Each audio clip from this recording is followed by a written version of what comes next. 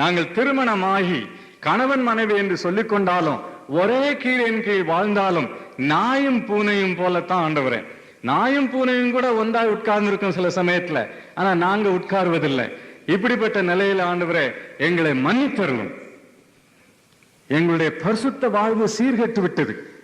பகை, கசப்பு, குறை கூறுதல், ஒருவரை ஒருவர் சமயம் ஏற்படும் போதெல்லாம் நச்சரித்துக் கொண்டே இருப்பது, இதை மன்னித்தருளும் ஆண்டவரே, எங்களை ஒருமைப்படுத்தும் என்று கேட்டு அந்த பரிசுத்த வாழ்வின் ஒருமைப்பாட்டோடு ஜெபிப்போமானால், கணவனும் மனைவியுமாக ஜெபிப்போமானால், ஆண்டவரே சாத்தானை உம்முடைய நாமத்திலே நாங்கள் கட்டுகிறோம், அவன் கட்டி வைத்திருக்கிற எங்கள் பிள்ளைகளை உம்முடைய நாமத்திலே நாங்கள் விடுவிக்கிறோம் என்று ஒரு மனப்பாட்டோடு நீ ஜெபித்தால் பரலோகத்திலே அந்த ஜெபத்தை தேவன் கேட்பார்.